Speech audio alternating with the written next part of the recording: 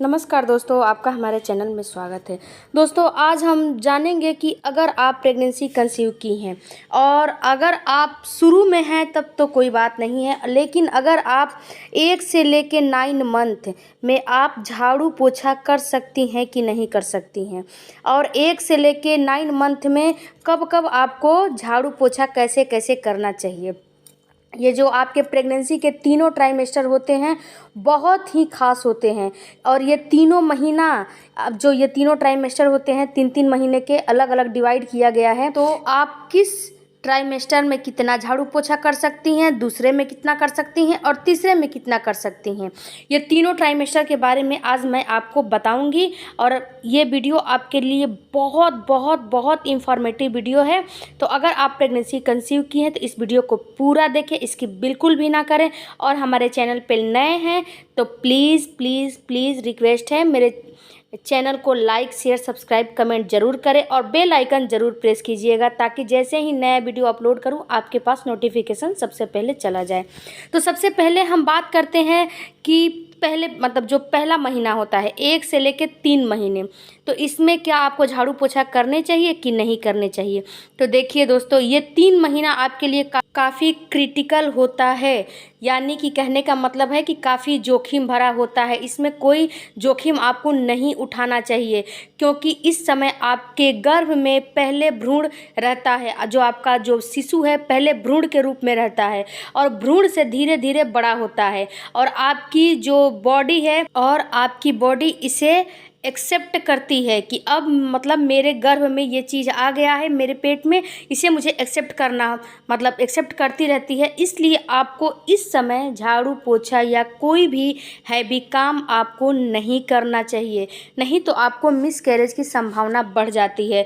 ना तो आपको कपड़ा हैवी धुलना चाहिए, ना तो देर तक बैठ के प्रेस करना चाहिए, और ना ही आपको सीढ़ियाँ जल्दी जल्दी उतरना चाहिए, और ना ही आपको लंबे लंबे कदमों से और बड़े बड़े कदमों से जल्दी जल्दी चलना चाहिए। ये सारे काम आपको नहीं करना चाहिए, नहीं तो आपकी मिसकैरेज हो सकती है। इस समय आपको रिलेशन भी नहीं रखना चाहिए, रिलेशन नहीं बनाना चाहिए, नहीं तो आपके पेट पे दबाव पड़ता है। रिलेशन बनाने से आपके पेट पे दबाव पड़ता है, पेट पर कोई भी भार नहीं लेना है आपको, इस बात का आपको ख्याल रखना है, क्योंकि इस समय आपको नहीं पता कि आपके जुड़वा बच्चे हैं या फिर आपके जो है सिंगल है आपका शिशु। इस समय आपको नहीं पता कि आपका भ्रूण कैसा है, आपका प्लेसेंटा में कोई कमी है या फिर आपका यूट्रस कमज़ोर है।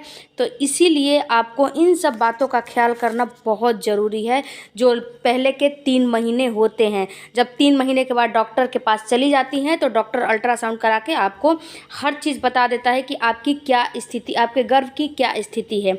अब बात करते हैं 4, 5, 6 महीने यानी कि सेकेंड ट्राइमेस्टर के बारे में। तो देखिए मित्रों, ये दूसरा ट्राइमेस्टर होता है। इस समय आपको सब बात का पता होता है कि आपका बेबी कैसा है, आपकी पोजीशन कैसी है, यूट्रस की पोजीशन, यानी कि हर चीज़ के बारे में आपको पता होता है, या फिर आपके जुड़वा बच्चे हैं या नहीं है, यानी कि डॉक्टर आपको सारी जानकारी दे देता है। तो इस समय आपका कोई भी कॉम्प्लिकेशन नहीं है। अगर आपको कोई भी डॉक्टर कॉम्प्लिकेशन नहीं कहा है तो आप झाड़ू पोछा या कोई भी आराम से काम कर सकती हैं, लेकिन आपको ध्यान रखना है कि कोई काम जल्दबाजी में आपको नहीं करना है, आपको केयरलेस नहीं होना है कि डॉक्टर ने मुझे हर चीज़ नॉर्मल बताया है तो मैं केयरलेस होकर हर काम करूं। नहीं, आपको इस समय भी क्रिटिकल है, लेकिन जब डॉक्टर नॉर्मल बताया है, कोई कॉम्प्लिकेशन नहीं बताया है, तो आप काम करें, लेकिन धीरे धीरे, हड़बड़ी में कोई आपको काम नहीं करना है। अब जानते हैं तीसरे ट्राइमेस्टर के बारे में। तो देखिए दोस्तों, ये समय आपका पेट भी निकल जाता है। इस समय आपको अगर डिसकम्फर्टेबल फील नहीं कर रही हैं तो आप बैठ के झाड़ू पोछा लगा सकती हैं। अगर आप 8वें और 9वें महीने में हैं तो अगर बैठ के झाड़ू पोछा लगाएंगी तो आपका सर्विक्स भी लचीला होगा, और नॉर्मल डिलीवरी का जो प्रोसीजर है वो आपका शिशु आसानी से करेगा और आपका शिशु नीचे आसानी से खिसक जाएगा। इस समय आपका शिशु काफ़ी वेट गेन कर लेता है और बैठने में आपको वैसे भी दिक्कत होती है। जैसे ही आपका 8वां या 9वां महीना लगता है तो और आप कोई कॉम्प्लिकेशन आपके गर्भ में नहीं है, यानी कि आपके प्रेगनेंसी में डॉक्टर आपको कोई कॉम्प्लिकेशन नहीं दिया है। मैं शुरू से आपको ये बातें बताती आ रही हूँ। तो आप आराम से झाड़ू पोछा कर सकती हैं, स्क्वॉटिंग कर सकती हैं। और जो शिशु रेंगता है ना, उस अवस्था में अपने आप को कुछ देर होल्ड कर सकती हैं। आपको टहलना चाहिए, इससे आपके पेल्विस एरिया के मसल्स काफ़ी लचीले होते हैं और सर्विक्स का जो मुख है खुलने में काफ़ी आपको मदद मिलती है। ये मदद आपको करते हैं। आप ऐसा बिल्कुल भी ना करें कि अपने आप को थकाती रहें। अगर आप ओवरलोड काम करेंगी 9वें महीने में तो आप थक जाती हैं, तो आप बीच बीच में आराम भी कर लिया करें। देखिए दोस्तों, गांव की महिलाओं से, आपने अनुभवी महिलाओं से, बड़ी बुजुर्ग महिलाओं से आपने कभी कभी सुना होगा कि झाड़ू पोछा करने से बच्चेदानी का मुंह आसानी से खुलता है। तो ये 100% सच बात होता है मित्रों।